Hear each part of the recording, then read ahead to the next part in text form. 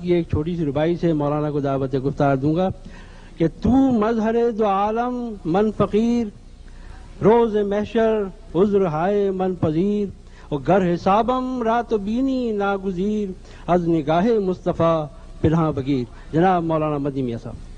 الفاتحة إلى حضرة الروح النبي صلى الله تعالى عليه وسلم وآله وأصحابه أجمعين. الحمد لله الذي يبدع الأفلاك والأرضين، الصلاة والسلام على من كان نبيا وآدم بين الماء والطين، وعلى آله وأصحابه أجمعين برحمتك يا أرحم الراحمين. أما بعد، أعوذ بالله من الشيطان الرجيم. بسم الله الرحمن الرحيم. والله ورسوله وحقا يرضوه إن كانوا مؤمنين. صدق الله مولانا العظيم وصدق رسوله النبي الكريم، ونحن على ذلك لمن الشاهدين والشاكرين، والحمد لله رب العالمين. بارك الله لنا ولكم في القرآن العظيم، ونفعنا إياكم بالآيات والذكر الحكيم، إنه تعالى جواد كريم ملك بر رؤوف رحيم. من علينا ربنا إذ بعث محمدا أيده بأيده، أيدنا بأحمده، أرسله مبشرا أرسله ممجدا، صلوا عليه دائما صلوا عليه سرمدا. اللهم صل على سيدنا مولانا محمد وعلى سيدنا مولانا محمد كما تحب وترغب أن تصلي عليه.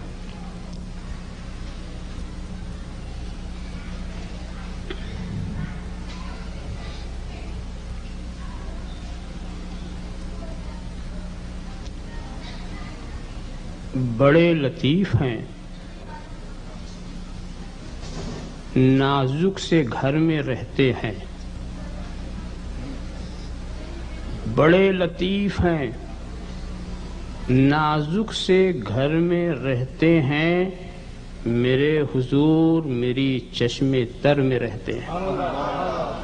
بڑے لطیف ہیں، نازک سے گھر میں رہتے ہیں، میرے حضور میری چشم تر میں رہتے ہیں. ہمارے دل میں ہمارے جگر میں رہتے ہیں، ہمارے دل میں ہمارے جگر میں رہتے ہیں، انہی کے گھر ہیں یہ وہ اپنے گھر میں رہتے ہیں. انہی کے گھر ہیں یہ وہ اپنے گھر میں رہتے ہیں. یہ واقعہ ہے، یہ واقعہ ہے، لباس بشر بھی دھوکہ ہے. یہ واقعہ ہے، لباس بشر بھی دھوکہ ہے. یہ معجزہ ہے، لباس بشر میں رہتے ہیں. یہ معجزہ ہے، لباس بشر میں رہتے ہیں. یہ معجزہ ہے. مقام ان کا نہ فرش زمین نہ عرش بری، مقام ان کا نہ فرش زمین نہ عرش بری. وہ اپنے چاہنے والوں کے گھر میں رہتے ہیں، وہ اپنے چاہنے والوں کے گھر میں رہتے ہیں.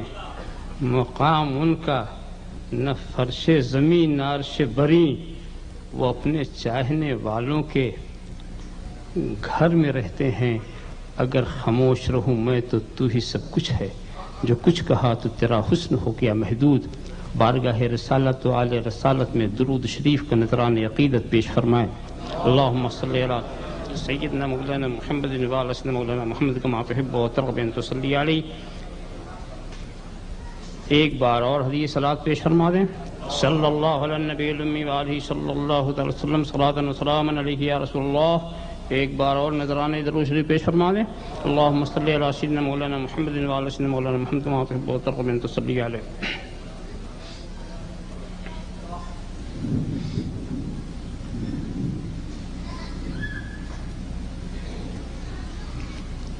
میرے لیے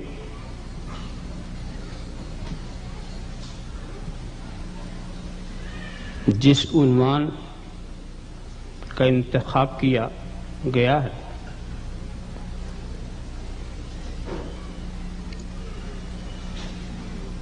اس کا حاصل ہے کہ حب رسول ہی روح ایمان ہے.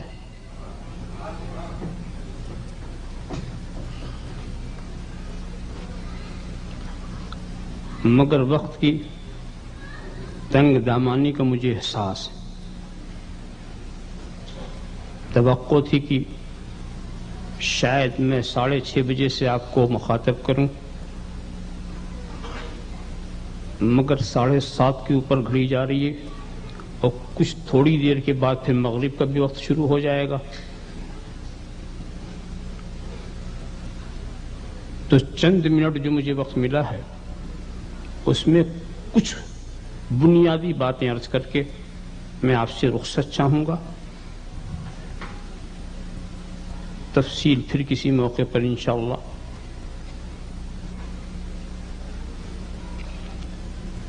یہ بات بالکل سامنے کی ہے کہ اسلامی عقائد میں سب سے بڑا عقیدہ جو ہے وہ عقیدہ توحید ہے. بنیادی اسی پر عقیدہ توحید پر ایمان لانا نہایت ہی بنیادی چیز. مگر یہ بھی بات سمجھی بوجھی ہے کہ کسی چیز پر ایمان لایا ہی نہیں جا سکتا جب تک اس کا علم نہ ہو. جس کو آپ جانیں گے ہی نہیں مانیں گے کیسے؟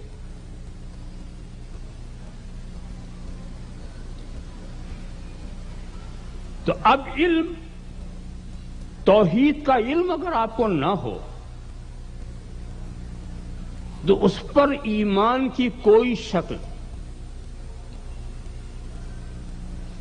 عقلاً ممکن ہی نہیں.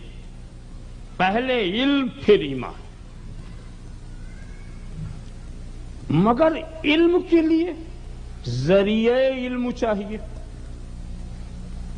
وہ کون سا ذریعہ ہے جس نے علم دیا؟ تو پہلے ذریعہ علم، اس سے ملے گا علم، پھر اس کے بعد ملے گا ایمان. تو خدا کو ایک ماننے کے جو علم کے ذرائع ہیں، سامنے دو ذریعے اور دونوں کے الگ الگ نتیجے. ایک ذریعہ تو یہ ہے کہ آپ اپنی عقل سے جانیں کہ ساری کائنات کا بنانے والا ایک ہی. اس میں کوئی شک نہیں کہ اگر آپ کی عقل سلامتی کے ساتھ غور کریں تو عقل انسانی اس بات کو سمجھانے کے لیے کافی ہے. تو عقل کے ذریعہ، ادراک کے ذریعہ آپ علم حاصل کریں اور علم حاصل کر کے اسے مانیں. اور دوسرا ذریعہ کیا ہے کہ آپ نبی کے ذریعہ توحید کا علم حاصل کریں. دو ذریعہ، عقل کے ذریعہ یا اس عہد کے نبی کے ذریعہ. دو ہی ذریعہ. فرق کیا ہوگا کہ جب آپ عقل کے ذریعہ خدا کو ایک مانیں گے تو آپ کا نام ہوگا موحد. آپ کو کہا جائے گا کہ آپ موحد ہیں. جنہوں نے عقل کے ذریعہ ایک مانا، ابھی اس بحث میں جائیے نہیں کہ صحیح مانا غلط مانا کیسے مانا، وہ ایک الگ چیز ہے. یہ مان کے چلیے کہ صحیح مانا، ایک مانا، تو وہ کہے جائیں گے موحد. اور جو نبی کے کہنے سے مانے گا اسے کہا جائے گا مومن.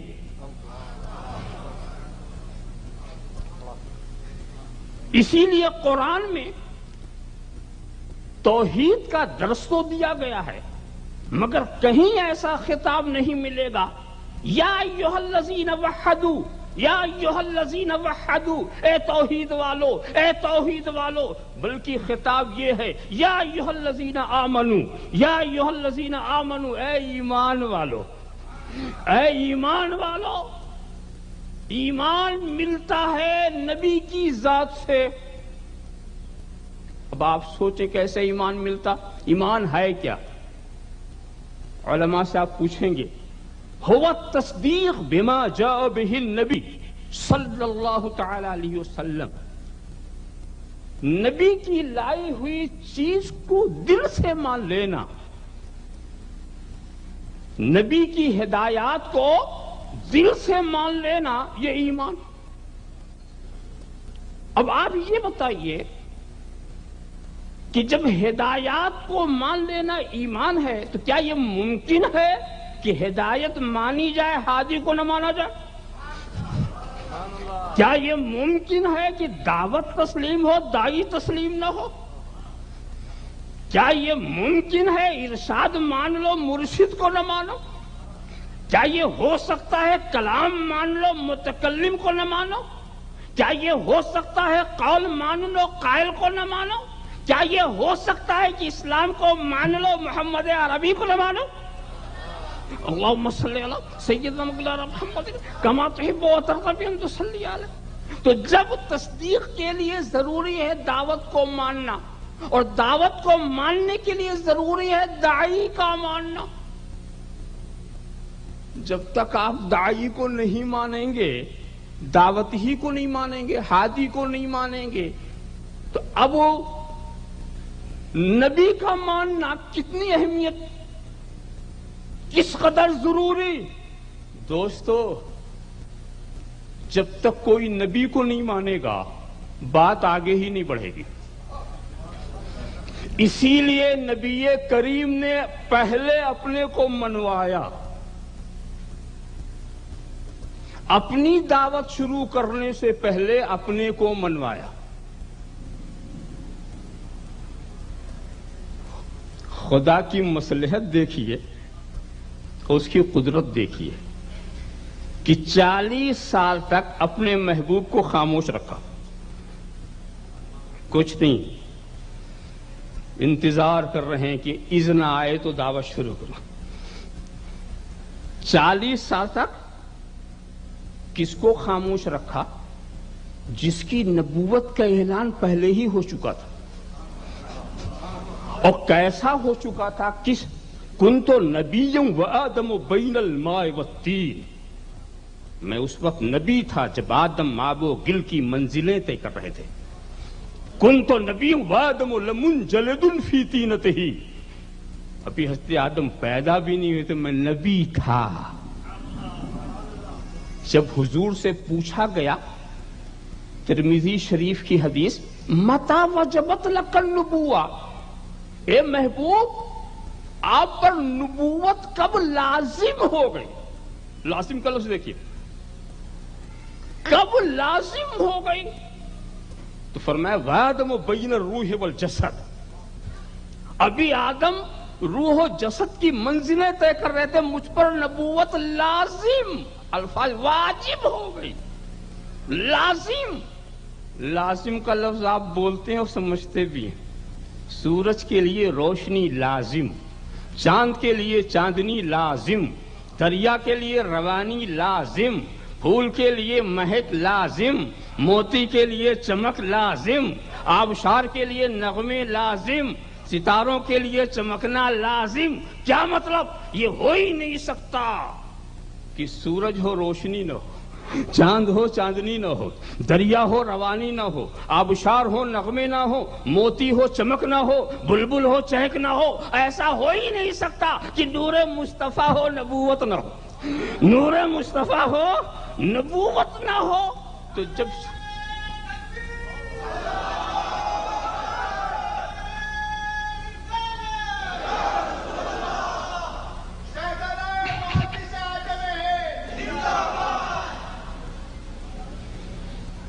میں آپ کی جذبات کی قدر کرتا ہوں، مگر میں وقت کی نزاکت کا خیال آپ کو دلا رہا ہوں.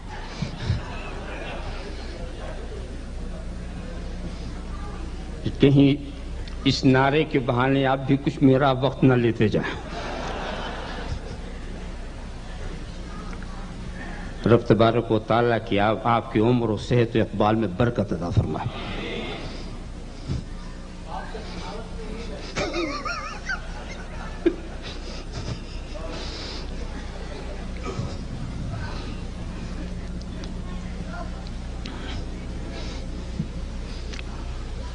تو بات یہ چل رہی تھی،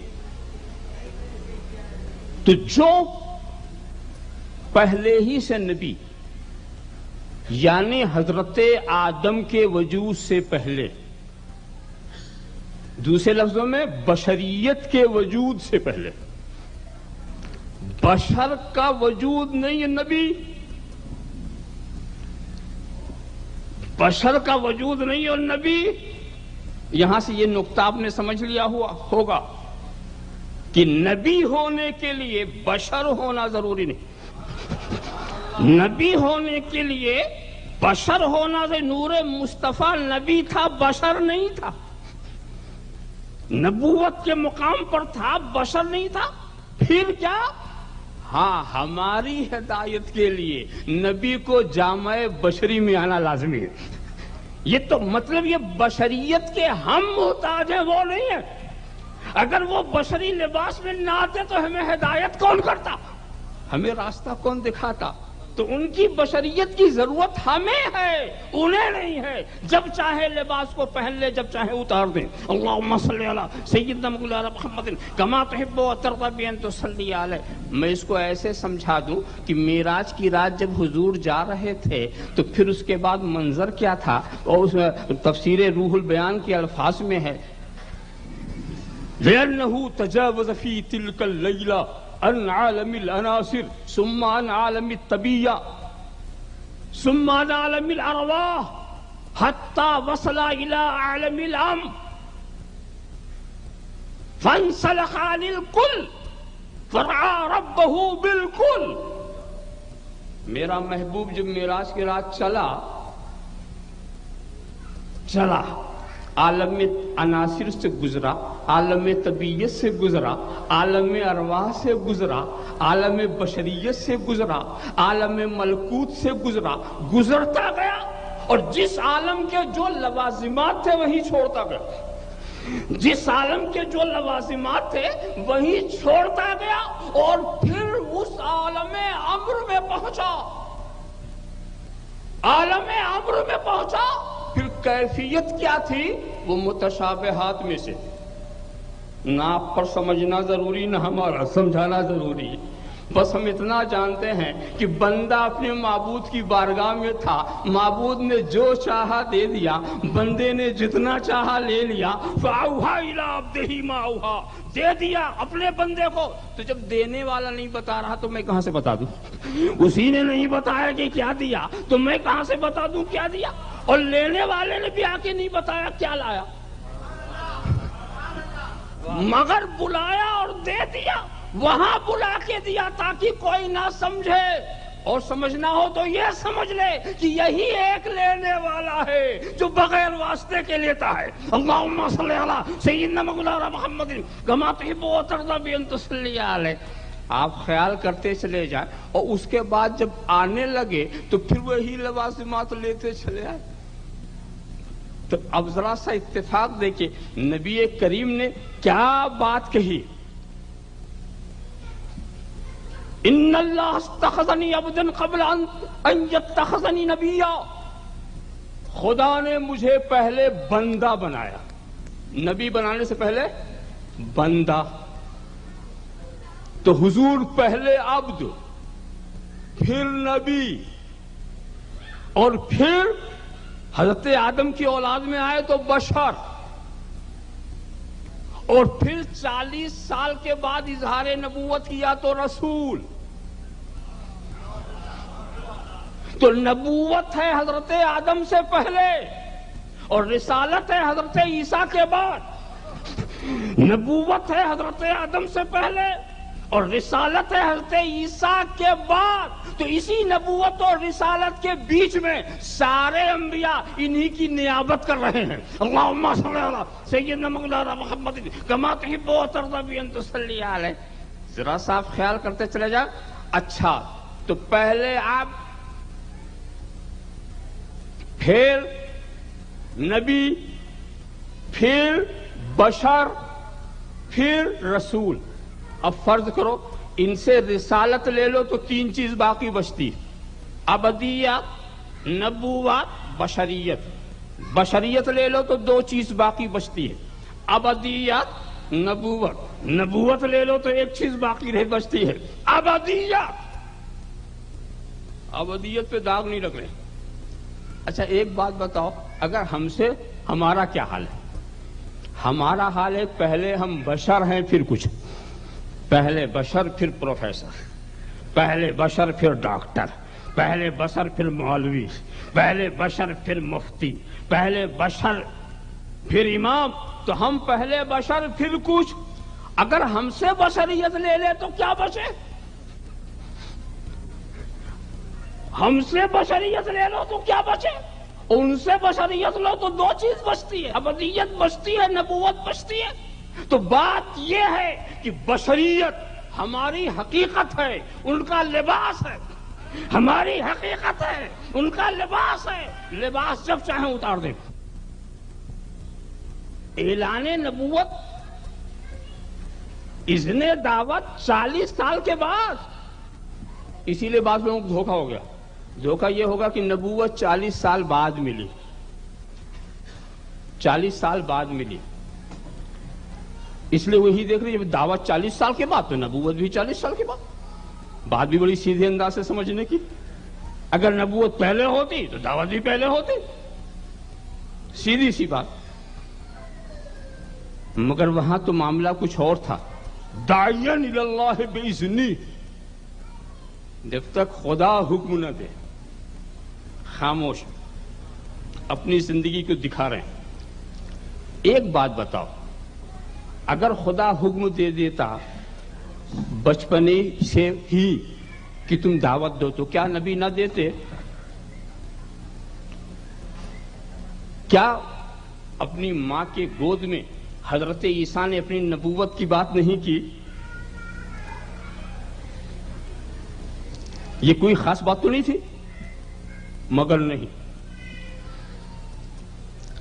اب مجھے بتاؤ، 40 سال تک نبی کی زندگی کو لوگوں نے دیکھا اچھی طرح سے، خوب اچھی طرح سے دیکھا.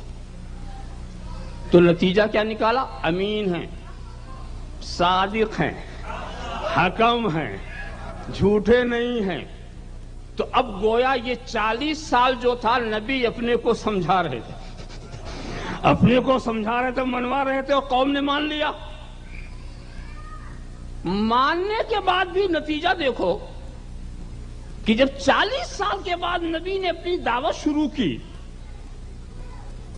اور لوگوں کو امتحان کے طور پر پوچھ بھی لیا، اگر میں یہ کہوں کہ اس پہاڑ کے پیچھے ایک لشکر ہے تو کیا میرے کہنے سے تم مان لو گے؟ پہلے پوچھا تھا نبی نے، مجھے کیسا جانتے ہو، مجھے کیسا مانتے ہو؟ سبوں نے امین و صادق کہا کہ اچھا تو میں یہ کہوں تو مان لو گے؟ کہا اے محمد صلی اللہ تعالی وسلم، آپ کہیں گے تو ہم مان لیں گے، آپ جھوٹے نہیں. تو نبی کی پوری ہدایت کا خلاصہ کیا تھا کہ جب میرے کہنے سے تم بے دیکھے لشکر کو مان رہے ہو تو میرے ہی کہنے سے بے دیکھے خدا کو مان جاؤ. میرے ہی کہنے سے. تو پہلے اپنے کو منوایا پھر اپنے خدا کو منوایا، پہلے اپنے کو منوایا پھر اپنے خدا کو منوایا. لوگ یہی غلطی کرتے ہیں. نبی کی سنت تو یہ تھی کہ پہلے نبی کو منواؤ پھر خدا کو منواؤ. غلطی یہ ہو رہی پہلے خدا کو منوا رہے ہیں پھر نبی کی بات ہوتی ہے. الٹ گیا معاملہ. نبی نے تو پہلے اپنے کو منوایا اور اس کے بعد اپنے خدا کی دعوت دی. اچھا بتائیے کیا نبی کے کہنے سے سبوں نے مان لیا؟ 40 سال کے تجربے کے بعد ابو لہب کی بولی آپ نے سن رکھی ہوگی، تبا لک سائر الیوم، لہذا جماعتنا، ہلاکت ہو، آپ کے ہاتھ ٹوٹ جائیں، کیا اسی لیے جمع کیا تھا؟ چچا بول رہا، مخالفت میں شور اٹھ گیا، کیا مان لیا؟ کیا سمجھے؟ جیسے ہی دعوت شروع ہوئی ویسے ہی عداوت شروع ہوئی، ہوئی نا؟ ہوئی۔ تو اگر نبی بچپنے سے دعوت شروع کرتے تو کیا عداوت نہ ہوتی؟ ہوتی کہ نہ؟ ضرور ہوتی۔ تو خدا کی حکمت کو منظور تھا، محبوب خاموش رہو 40 سال تک، یہ تمہیں سچا کہہ لیں، صادق کہہ لیں، امین کہہ لیں، حکم بنا لیں، اعتماد کر لیں، جب 40 سال کے بعد یہ تجھے جھوٹا کہیں گے تو خود جھوٹے ہو جائیں گے۔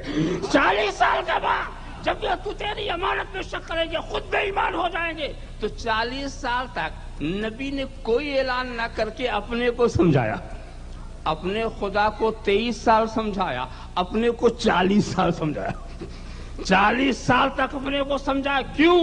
ایسا ہو ہی نہیں سکتا کہ دعوت کو مانو دائی کو نہ مانو، ہدایت کو مانو ہادی کو نہ مانو۔ تو محمد الرسول اللہ ہادی ہیں، لا الہ الا اللہ ہدایت ہے، محمد الرسول اللہ دائی ہیں، لا الہ الا اللہ دعوت ہے، محمد الرسول اللہ قائل ہیں، لا الہ الا اللہ قول ہے، محمد الرسول اللہ ذاکر ہیں، لا الہ الا اللہ ذکر ہے، محمد الرسول اللہ مرشد ہیں، لا الہ الا اللہ ارشاد ہے۔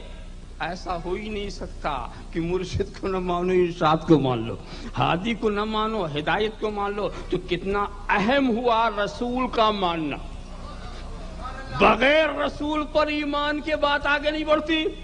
مگر ایک بات اور بتاؤں، ماننے کے لیے کیا چاہیے؟ آپ کس کو مانیں گے؟ جدھر آپ کے دل کا جھکاؤ، جس کی سچائی کا یقین ہو۔ تو اسی دل و دماغ کے میلان کا نام ہے محبت۔ آپ کچھ دیکھیں گے جب مانیں گے نا، کسی کمال کو دیکھیں گے، سچائی دیکھیں گے، کچھ تو دیکھے تب مانیں گے۔ تو ایمان کی منزل محبت سے شروع ہوتی ہے۔ پہلے چاہو پھر مانو، بغیر چاہے ماننا صحیح نہیں ہوگا۔ دل میں محبت نہ ہو تو یہ ایمان کی صورت ہوگی، ایمان کی حقیقت نہ ہوگی۔ حقیقت ایمان سے پہلے تو محبت۔ اسی لیے مومن کی تعریف ہی حضور نے خود ہی کر دی۔ لا یؤمن احدکم حتی یکون احب الیہ من والدہ وولدہ والناس اجمعین۔ تم میں سے کوئی مومن ہو ہی نہیں سکتا جب تک کہ مجھے اپنے باپ بیٹے ساری کائنات سے زیادہ محبوب نہ بنا لے۔ احب الیہ، سرکار نے یہاں تک کہا لا یؤمن احدکم حتی یکون احب الیہ من نفسی۔ تم میں کوئی مومن ہو ہی نہیں سکتا جب تک کہ اپنی جان سے زیادہ مجھے محبوب نہ بنا لے۔ اب آپ خیال فرمائیں، یہاں پر ایک بات سمجھیں آپ، ایک چیز ہے محبت اور ایک چیز ہے احبیت۔ اس کا بالکل ہندی کا چندی اردو کا سردو کر دوں۔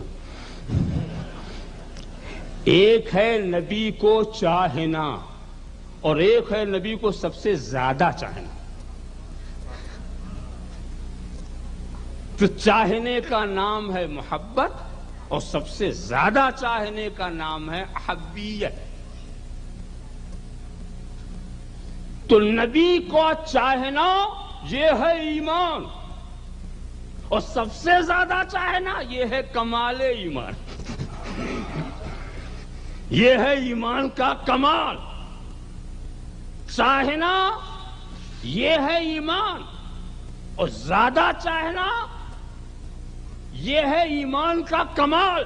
جو زیادہ نہیں چاہتے انہیں ایمان کی لذت نہیں ملتی۔ ایمان کی لذت اسے ملتی ہے جو سب سے زیادہ چاہے۔ اپنی جان سے زیادہ چاہیں. دیکھو میں محبت کی بڑی قسمیں ہیں. محبت نفسانی، محبت جسمانی، محبت احسانی. کوئی احسان کرے آپ اسے چاہنے لگیں، کسی سے آپ کا نسلی رابطہ ہو آپ اس وجہ سے اسے چاہیں، کسی کو آپ نفسانیت کی بنیاد پر چاہیں، نفس کا تقاضا ہو اس لیے چاہنے لگیں. میں ان محبتوں کی بات نہیں کر رہا ہوں. میں جس محبت کی بات کر رہا ہوں وہ ہے محبت ایمانی، جو ایمان کا تقاضا ہوتا. محبت ایمانی تو اس کے بغیر کوئی مومن ہو ہی نہیں سکتا. یہاں پر بات اور بھی کچھ تفصیل جاتی، مگر میں تیزی کے ساتھ تھوڑی سی بات اور عرض کرنا چاہتا ہوں کہ بھئی محبت کا معیار کیا. ٹھیک ہے سبھی کہتے ہیں رسول کو بہت چاہتے ہیں، جب ایمان والے تو سبھی کہتے ہیں محبت کرتے ہیں، محبت کرتے ہیں، مگر اس کا کوئی معیار بھی تو ہے اور کچھ اس کی علامت بھی تو ہے. واقعی کافی وقت چاہیے اس مضمون کے لیے. کچھ لوگوں نے یہ کہا کہ بھئی رسول کی محبت یہی ہے کہ رسول کی اطاعت کرو. بات لگتی ہوئی. ان المحب لمن یحب مطیع، چاہنے والا اپنے محبوب کی اطاعت کرتا ہے. تو بس اطاعت کرو، یہی ہے محبت، یہ ہے معیار محبت. مگر دوستو میں واضح لفظوں میں کہنا چاہتا ہوں یہ صحیح ہے کہ اطاعت محبت کی دلیل ہے، مگر اطاعت کون سی اطاعت؟ کس اطاعت کو آپ محبت کی دلیل قرار دے دیں؟ آپ نے کیا اطاعت کئی قسم کی ہوتی ہے؟ ہاں ہوتی ہے، کئی قسم کی ہوتی ہے. آپ کسی کی اطاعت کریں خوف سے، نہیں مانیں گے تو جوتے پڑیں گے. ہمارے ہندوستان میں جب ایمرجنسی تھا سبھی اطاعت کر رہے تھے، بڑے بڑے دارالفتہ وہ بھی اطاعت کرنے لگ گئے، بڑے بڑے دارالفتہ اطاعت کرنے لگے. یہ سن کر آپ کو مسرت ہوگی کہ صرف ایک بریلی شریف کا دارالفتہ تھا جس نے اطاعت نہیں کیا. اور سب وہی بولی بولنے لگے جو گورنمنٹ بولوانا چاہتی رہی. خاندانی منصوبہ بندی کے تعلق سے زیادہ تفصیلات میں کہاں لے جاؤں آپ کو. دیکھا آپ نے تو یہ خوف والی اطاعت، اور ایک ہوتی لالچ والی اطاعت. میری بات مان لو یہ ملے گا. کسی ٹیکسی والے کو پکڑ لیا، کیا ہے کیا کام کرتے ہو؟ کہ میں ٹیکسی چلاتا ہوں. ارے چل میرے ساتھ، دنیا کی سیر بھی ہو جائے گی، ادھر ادھر دیکھنا بھی ہو جائے گا. چل میری بات مان، کام چھوڑ، اتنا تجھے دیں گے جتنا تجھے ملتا اس سے زیادہ. لالچ دیا تو یہاں سے لے کے نیو یارک پہنچ گئے، نیو یارک سے نکلے تو لاس اینجلس پہنچ گئے. گھما رہے اس کو، وہ گھوم رہا ادھر سے ادھر، ادھر سے ادھر، اس قریے سے اس قریے میں، اس شہر سے اس شہر میں. تو یہ بھی اطاعت ہے مگر یہ لالچ والی.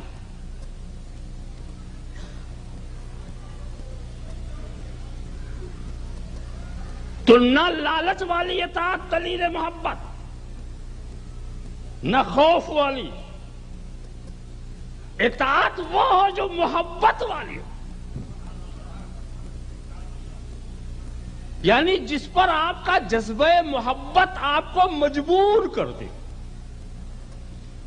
محبت والے اطاعت کرنے پر مجبور ہو جاتے. فرائض واجبات کو تو جانے دیجئے، مباحات میں بھی اطاعت کرتے. محبت اطاعت پر مجبور کراتی ہے. مگر وہ محبت والی اطاعت، رسول کے عشق و محبت میں چور ہو کر، جذبات الفت سے مجبور ہو کر کے جو اطاعت کریں، وہ ہے دلیل محبت۔ ذرا سا آپ نے نہیں دیکھا اطاعت کرنے والوں کو؟ حضرت عبداللہ ابن مسعود خطبہ دے رہے ہیں، درمیان خطبہ میں مسکرا پڑے، لوگ نہیں سمجھ سکے کہ مسکرانے کا کون سا مقام تھا، کون سا مقام تھا۔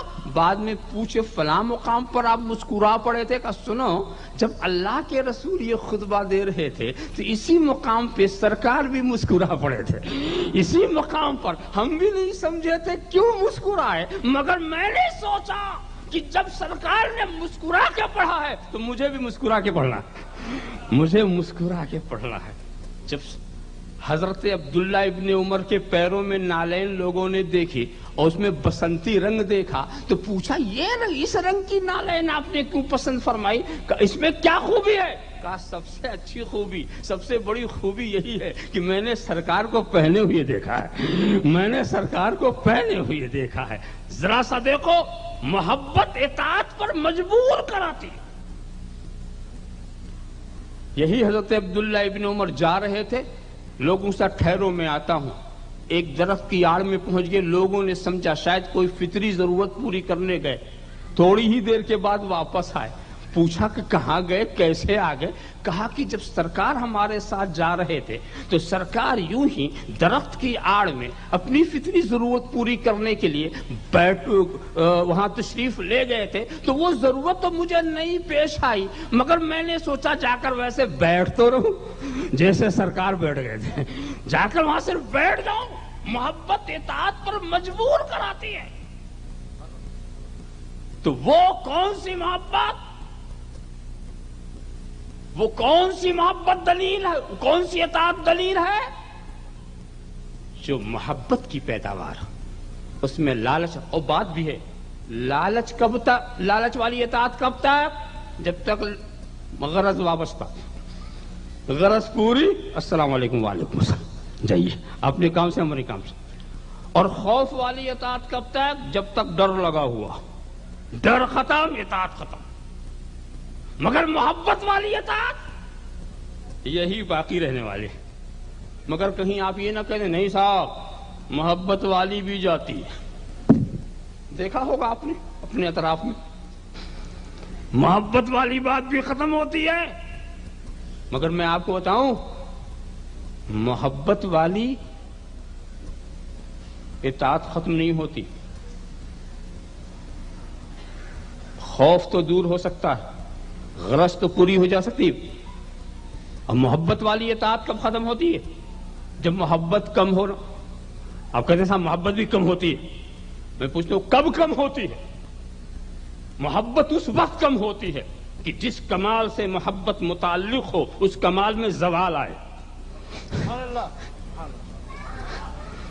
آپ سمجھنے کی کوشش کریں، ہم نے کسی کو چاہا تھا، اس کے خطیب ہونے کی وجہ سے خطابت کا زور کم ہوا، محبت کم ہو گئی۔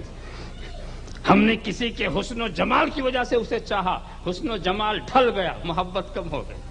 ہم نے کسی کے علم و فضل کی وجہ سے اسے چاہا، علم و فضل ہلکا پڑ گیا، محبت ختم ہو گئی۔ تو جس کمال سے محبت وابستہ ہوتی ہے، جب اس کمال میں زوال ہو تو محبت ختم ہوتی ہے۔ میں تو اس محبوب کی بات کر رہا ہوں جس کے کسی کمال میں زوال نہیں، جس کے کسی کمال میں زوال نہیں۔ وہ محبوب ایسا محبوب جو چلا اور چلتا جا، بڑھا تو بڑھتا گیا، اٹھا تو اٹھتا گیا، چمکا تو چمکتا گیا، دمکا تو دمکتا گیا، دنا فتدلی فکان قاب قوسین او ادنی۔ وہاں بھی پہنچا تو ابھی یہی سنائی دے رہا، وللآخرۃ خیر لک من الاولی، وللآخرۃ خیر لک من الاولی، وللآخرۃ۔ تو جس کا کمال بڑھتا ہی جا رہا ہے اس سے اگر محبت وابستہ ہو گئی تو کبھی نہیں جائے گی، چاہے تیرے گلے پہ خنجر رکھ دیا جائے، چاہے تجھے تلوار کی نظر کر دیا جائے، چاہے تجھے بھوکا رکھا جائے، چاہے تجھے پیاسا رکھا جائے، اس لیے کہ جس محبوب سے تم متعلق ہے نہ اس کے کمال کو زوال، نہ اس کی محبت کو فنا۔ اللہم صلی علی سیدنا مولانا محمد کما تحب و ترضی بان تصلی علیہ۔ ذرا سا آپ خیال فرماتے جائیں تو اس چیز کو اچھی طرح سے سمجھو تو اصل میں معیار محبت میں بتا دوں، بس بات ختم کر دوں. معیار محبت کیا ہے؟ حبک الشیء یعمی و یصیب. کسی چیز سے محبت کرنا یہ تمہیں گونگا بنا دیتا ہے، اندھا بنا دیتا ہے، بہرا بنا دیتا ہے. بہرا، اندھا. محبت کرنے کے بعد، محبت کرنے سے پہلے اکھیارے اور سننے والے بھی، اور محبت کیا بہرے ہو گئے. کیا مطلب؟ جب کسی سے آپ محبت کر لیں گے تو اب آپ کی نظر صرف اس کے کمال پر ہوگی، اس کے جمال پر ہوگی. اس کی برائی سننے سے آپ بہرے ہوں گے، اس میں عیب دیکھنے سے آپ اندھے ہوں گے. جو محبت کا دعویٰ کرے اور عیب کی تلاش کرے، اس کو اپنے دعوے پر نظر ثانی کرنا چاہیے. ماننے سے پہلے عیب تلاش کیا جاتا ہے، ماننے کے بعد نہیں. ایک مثال اس موقع پر میں دے دیتا ہوں. آپ کے شہر میں مجھے ایک فاؤنٹن پین کی ضرورت ہوئی. چلا گیا دکان پر، اور دکان پر جانے کے بعد میں نے کہا مجھے فاؤنٹن پین چاہیے. وہ دکھا رہا ہے 1 درجن، لا کے سامنے رکھ دیا. میں اسے اٹھا رہا ہوں، اسے دیکھ رہا ہوں، اسے اٹھا رہا ہوں، اسے دیکھ رہا ہوں، کسی کو چلا رہا ہوں، کسی کو کھول رہا ہوں. میری نظر تنقیدی. میں کیا دیکھ رہا ہوں؟ اس کا عیب دیکھ رہا ہوں. عیب ہو تو چھوڑ دوں، عیب ہو تو چھوڑ دوں. اپنایا نہیں ہے نا عیب دیکھنے کا موقع. خوب دیکھو، اس میں کوئی کمی تو نہیں، کوئی نقص تو نہیں. لینا ایک ہے، دیکھ رہا ہوں 1 درجن. اور پھر سوچ سمجھ کر کے جب میں نے اسے ایک پسند کر لیا، لے لیا، لے کے لگایا، چل پڑا. تو دکان پر جب تک تھا تو درجنوں مرتبہ اسے دیکھا، اور پیسہ دے دینے کے بعد گھر تک چلایا، ایک بار بھی نہیں دیکھا. گھر تک چلا آیا اور ایک بار بھی نہیں دیکھا. اور پھر سید فضل الرحمان صاحب ملے. میں نے اپنی نگاہ انتخاب کی داد لینی چاہی اور دکھایا ان کو، تو فوراً انہوں نے بھی اب تنقیدی نظر سے دیکھنا شروع کیا. ارے کیسا اٹھا لایا آپ قلم، یہ شعر ہمارا تھا، آپ کو مجھے ساتھ لے کے جانا چاہیے تھا. تو میں نے کہا دیکھیے صاحب، آپ یہ دیکھیے، باڈی نہ دیکھیے، جا دیکھیے چلتا کتنا اچھا ہے، ذرا وہ دیکھیے. تو وہ عیب دکھا رہے ہیں، میں خوبی دکھا رہا ہوں. بات یہ ہے کہ وہ چیز میری ہے، ان کی نہیں ہے. وہ چیز میری ہے، ان کی نہیں ہے. میں نے اپنا بنا لیا. اب اس میں کوئی کمال ہو تو دکھاؤ. عیب کی بات مت کرو، کمی کی بات مت کرو، نقص کی بات مت کرو. میں نے لا الہ الا اللہ محمد الرسول اللہ کہہ کے رسول کو اپنا لیا ہے. اب نہ ہم کوئی عیب دیکھیں گے، نہ کوئی برائی سنیں گے. ہم دیکھیں گے تو صرف کمال دیکھیں گے، ہم دیکھیں گے تو صرف جمال دیکھیں گے. اللہم صلی علی سیدنا مولانا محمد کما تحب و ترضی بان تصلی علیہ.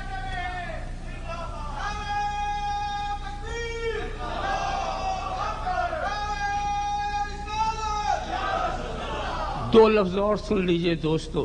قلم میں تو عیب ہو سکتا ہے، عیب دار قلم کا عیب اپنانے کے بعد ہم دیکھنا پسند نہیں کرتے. تو جو رسول بے عیب ہو، جو رسول بے عیب ہو، اس کی کسی چیز میں کوئی کمی دکھانا چاہے تو ہم کیا کہیں گے؟ حضرت حسان کا شعر پڑھ کر کے بات ختم کر دیں گے کہ وَأَحْسَنُ مِنْكَ لَمْ تَرَ قَطُّ عَيْنِي وَأَجْمَلُ مِنْكَ لَمْ تَرَ قَطُّ عَيْنِي وَأَحْسَنُ مِنْكَ لَمْ تَلِدِ النِّسَاءُ. اے محبوب، آپ سے زیادہ حسین و جمیل میری نگاہوں نے نہیں دیکھا. اور کیسے دیکھے؟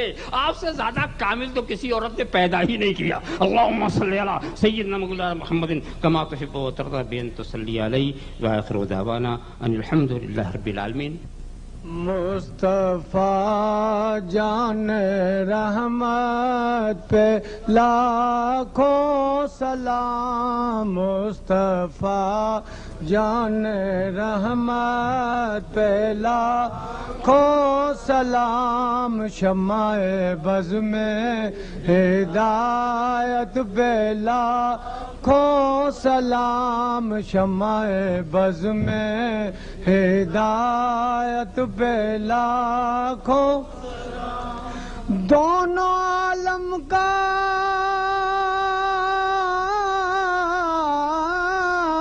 حاجت روا گیا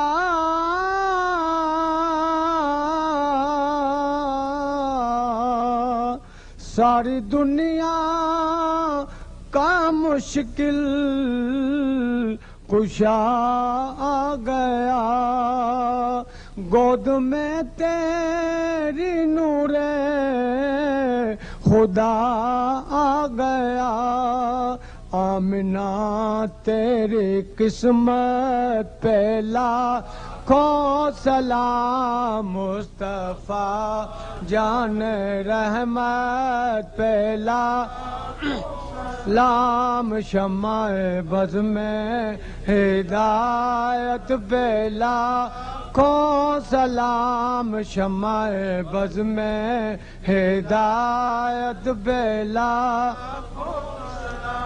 پھول ہنسنے لگے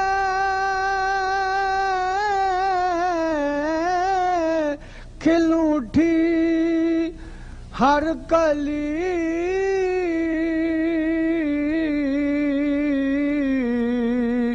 پھول ہنسنے لگے کھل اٹھی ہر کلی رس کے جنت بنی آمنہ کی گلی گود میں لے کے جس کو حلیمہ چلی اس رسالت کی دولت پہ لاکھوں سلام مصطفیٰ جان رحمت پہ لاکھوں سلام شمع بز میں ہدایت پہ لاکھوں سلام یا حبیبی مرحبا یا حبیبی مرحبا یا حبیبی مرحبا یا حبیبی مرحبا جد الحسینی مرحبا یا نور العینی مرحبا یا حبیبی مرحبا یا حبیبی مرحبا یا امام القبلتین یا رسول الثقلین فاتح بدر و حنین راحت جان نور عین مصطفیٰ و مجتبی یا حبیبی مرحبا جد الحسینی مرحبا یا نور العینی مرحبا بلغ العلا بکمالہ کشف الدجا بجمالہ حسنت جمیع خصالہ صلوا علیہ وآلہ شمس الضحیٰ پر لاکھوں سلام شمس الضحیٰ پر لاکھوں سلام بدر الدجا پر لاکھوں سلام بدر الدجا پر لاکھوں سلام لاکھوں درود اور لاکھوں سلام اعلیٰ سے اعلیٰ ان کا مقام اعلیٰ سے ان کا مقام سب انبیاء کے وہ ہے امام کل اولیاء ہیں ان کے غلام کل اولیاء ہیں ان کے غلام شمس الضحیٰ پر لاکھوں سلام بدر الدجا پر لاکھوں سلام لاکھوں درود اور لاکھوں سلام اتنا کرم تو فرمائیے روزے پہ سب کو بلوائیے حاضر کھڑے جتنے غلام شمس الضحیٰ پر لاکھوں سلام بدر الدجا پر لاکھوں سلام لاکھوں درود لاکھوں سلام احمد یا حبیبی یا حبیبی سلامی علیک یا اون الغریب سلامی علیک یا اون الغریب احمد یا حبیبی یا حبیبی سلامی علیک سلامی علیک وجد میں جھومے جشن منائے خوشیوں سے مسکائے وجد میں جھومے جشن منائے خوشیوں سے مسکائے ڈالی ڈالی پتا پتا مستی میں لہرائے ڈالی ڈالی پتا پتا مستی میں لہرائے سوز میں ساز ملائے اور یہ نغمہ سنائے سلامی علیک سلامی علیک گنبد خضرا کے جلووں میں ہم سب گم ہو جائیں گنبد خضرا کے جلووں میں ہم سب گم ہو جائیں نورانی رحمت کی فضا میں دل سے سب کھو جائے نورانی رحمت کی فضا میں دل سے سب کھو جائے اشکوں کو برسائے اور یہ نغمہ سنائے سلامی علیک سلامی علیک احمد یا حبیبی یا حبیبی سلامی علیک یا اون الغریب سلامی علیک سلامی علیک یاد نبی کا رشتہ سب رشتوں سے بالا ہے انجم یاد نبی کا رشتہ سب رشتوں سے بالا ہے ان کی یاد میں اشک بہانا شغل یہ سب سے اعلیٰ ہے یاد نبی کو عام کرے اور یہ نغمہ سنائے سلامی علیک سلامی علیک